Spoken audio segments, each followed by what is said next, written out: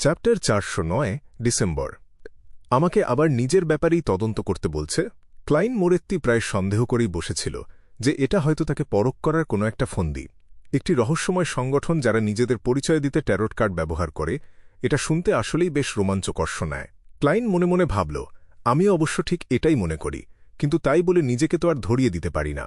হ্যাঁ, মিস্টার ক্যাপিমের বিষয়টা যে খুব একটা সহজ নয় সেটা একদম পরিষ্কার ছিল।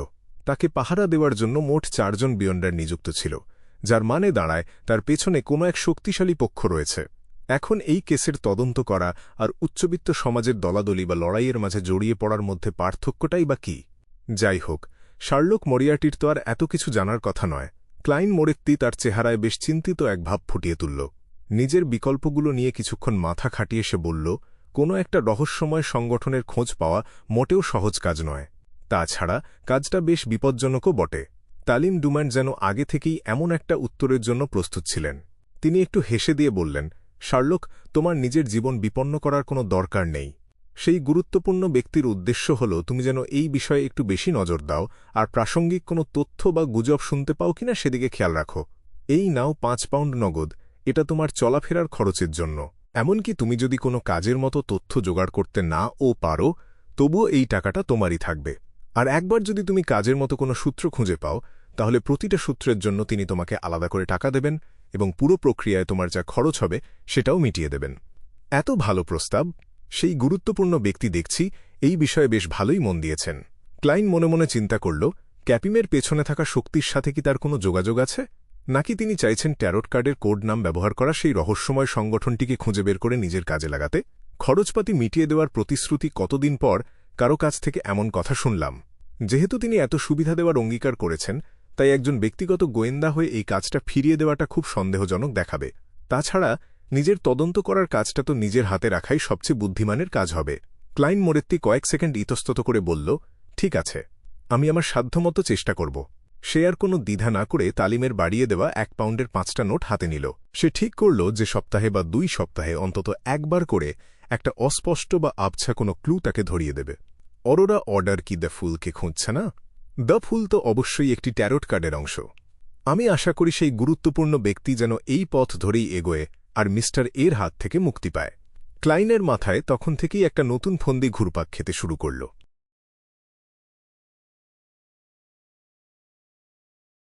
সেন্ট স্যামুয়েল ক্যাথেড্রালের নিচে সোল অ্যাসিউরার সোয়েস্ট তার পরবর্তী পদক্ষেপগুলো নিয়ে আলোচনা করার জন্য তার পুরো দলকে একসাথে জড়ো করলেন। তিনি কালো চুল আর সবুজ চোখের লিওনার্ড মিচেল এর দিকে তাকালেন। অর্ধেক জিজ্ঞাসা আর অর্ধেক পরীক্ষা করার সুরে তিনি প্রশ্ন করলেন, আমি যদি এই পুরো দায়িত্বটা তোমাকে দিই, তাহলে ট্যারট কার্ডের আচারের সাথে যুক্ত এই 2টা কেস তুমি কিভাবে তদন্ত করার পরিকল্পনা করবে? লিওনার্ড নিজের হাত দিয়ে চুলগুলো একটু ঠিক করে নিল। সে হেসে দিয়ে বলল, প্রথমত আমি আমার আগের চিন্তাভাবনা অনুযায়ী এগোব। লিওনার্ড মিচেল বলতে থাকল, যারা দ্য ফুলের অনুসারীদের খুঁজছে সেই সব ব্যক্তি বা সংগঠনের ব্যাপারে আমি উল্টো দিক থেকে তদন্ত শুরু করব। তারা হয়তো কিছু জেনে থাকতে পারে। দ্বিতীয়ত, আমি প্রথম 2টা কেস আবার নতুন করে তদন্ত করব এবং যারা এই ঘটনার সাথে জড়িত ছিল তাদের সবার নামের একটা তালিকা তৈরি করব, তারা সন্দেহভাজন হোক বা না হোক। তারপর আমি নাইটমেয়ার ক্ষমতা ব্যবহার করে তাদের এক এক করে জেরা করব এবং তালিকা থেকে বাদ দিতে থাকব।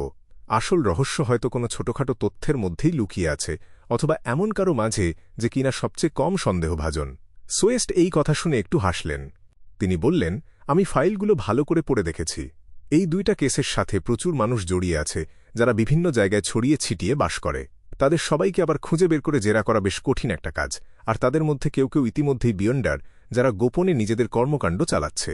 সোয়েস্ট বলতে থাকলেন, তারা খুব ভালো করেই জানে কিভাবে নিজেদের লুকিয়ে রাখতে হয়, আর আমরাও জানি না তারা এখন ঠিক কোথায় আছে। যদি তোমার আইডিয়া অনুযায়ী তদন্ত করতে হয়, তাহলে শুধু এই ছোট্ট টিম দিয়ে কাজ হবে না।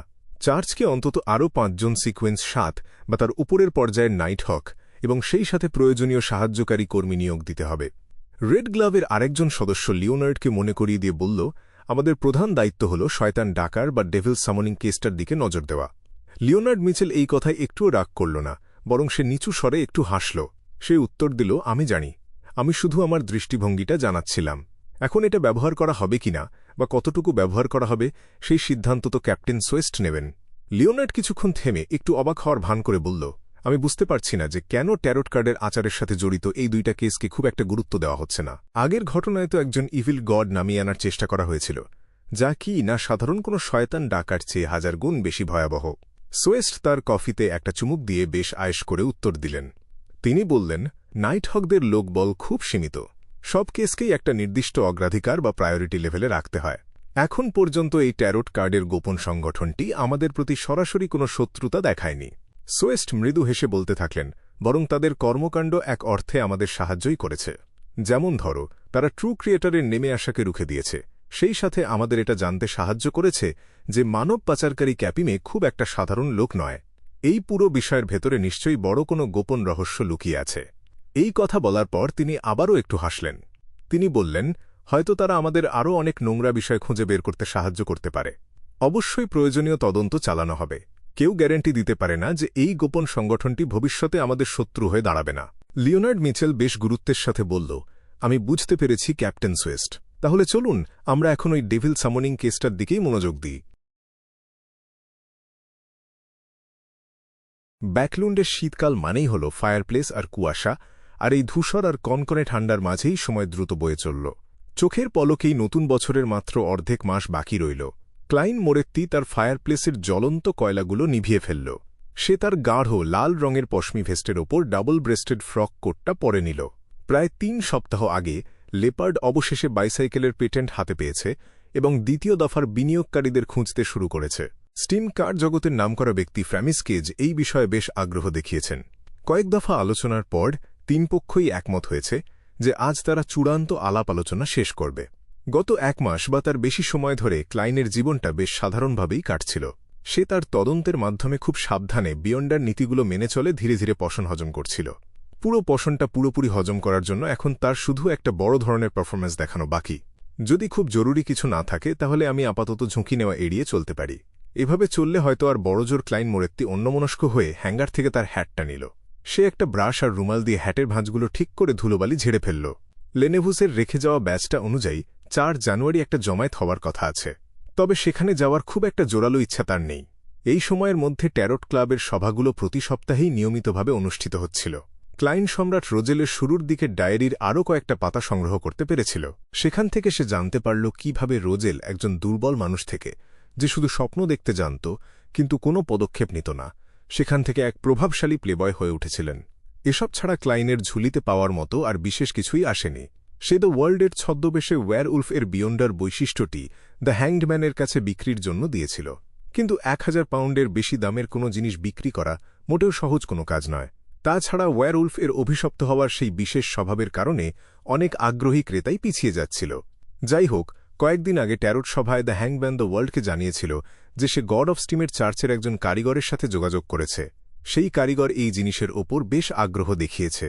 আমি আশা করি এই সপ্তাহেই লেনদেনটা শেষ হবে। ক্লাইন মোরেত্তি তার দরকারি জিনিসগুলো গুছিয়ে নিয়ে হাতে ছড়িটা তুলে নিল।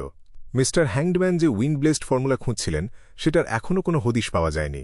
উইন্ড ব্লেসড পশন ফর্মুলা হল একটি সিকোয়েন্স 6 ফর্মুলা, যা খুঁজে পাওয়া মোটেও সহজ নয়। দ্য হ্যাংডম্যান বা আলজার উইলসন প্রায় 1 মাসেরও বেশি সময় ধরে অপেক্ষা করার পরেও কোনো ভালো খবর পাননি।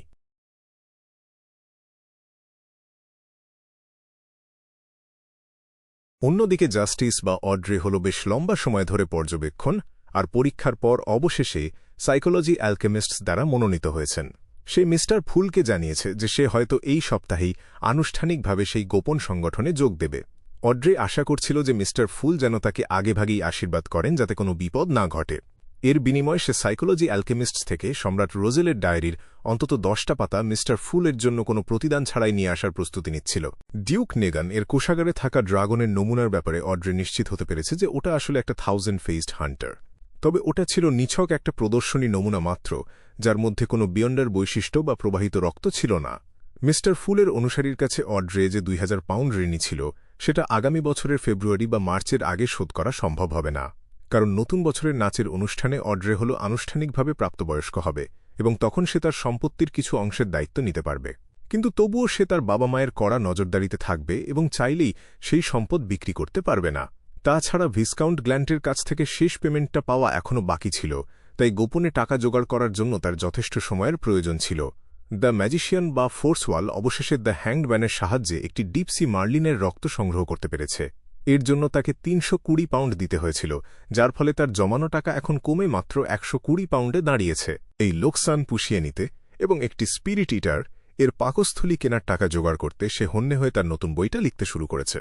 বইটা খুব দ্রুতই একটা আকার নিতে শুরু করেছে, যেখানে রোমাঞ্চ, ভালোবাসা, ভ্রমণ, ঝড় আর জলদস্যুদের মতো অনেক কিছুর মিশেল দেওয়া হয়েছে। ফোর্সওয়াল এবং ডোরিয়ান গ্রের মধ্যে চিঠিপত্র আদান প্রদান কখনো বন্ধ হয়নি। ডোরিয়ান সম্প্রতি তাকে জানিয়েছেন যে তিনি আউলিসা, লবারো এবং লরেন্স নর্ড এর প্রতি শ্রদ্ধা জানাতে খুব শিগগিরই ব্যাকলুন্ডে আসবেন। দ্য সান বা ডেরিক বার্গ দ্য হ্যাংডম্যান এর পরামর্শ অনুযায়ী একদম স্বাভাবিক আচরণ বজায় রাখছিল। সে প্রতিদিনের মতো টহল দিচ্ছিল আর মেরিট পয়েন্ট জোগাড় করছিল, তবে নতুন করে কোনো আচারের চেষ্টা করেনি। প্রতিটা ট্যারোট সভায় সে খুব নিপুণভাবে ঘুমিয়ে থাকার ভান করত এবং এখন পর্যন্ত তাকে নিয়ে কারো মনে কোনো সন্দেহের উদ্রেক হয়নি। মাঝে মাঝে সে অযথাই একটু ঘুমিয়ে নিত, যাতে কেউ তার ঘুমের সময়ের মধ্যে কোনো মিল খুঁজে না পায়। ডেরিক বার্গের কথা অনুযায়ী শেফার্ড এল্ডার লোভিয়া ৭ দিন পরেও টাওয়ারের নিচ থেকে বের হননি এবং অজানা কোনো কারণে তাকে এখনও সেখানেই বন্দী করে রাখা হয়েছে। অরোরা অর্ডারের মিস্টার রে যখন দ্য ফুলের অনুসারী আর আশীর্বাদপুষ্টদের হন্যে হয়ে খুঁজছিলেন, তখন ক্লাইন মোরেত্তি খুব সতর্কতার সাথে নিজেকে লুকিয়ে রাখছিল, ফলে তারা কাজের মতো কোনো সূত্রই খুঁজে পাচ্ছিল না। বিয়ন্ডাররা যারা দ্য ফুলের নাম জানত, তারা এটা ভালো করেই বুঝতে পেরেছিল যে এই নামটা কখনো হেলাফেলায় মুখে নেওয়া উচিত নয়। যতক্ষণ না তারা চরম বিপদে পড়ছে, ততক্ষণ তারা এমন কোনো সত্তার কাছে প্রার্থনা করার সাহস পাচ্ছিল না, যাকে কি না সবাই ইভিল গড হিসেবে সন্দেহ করে।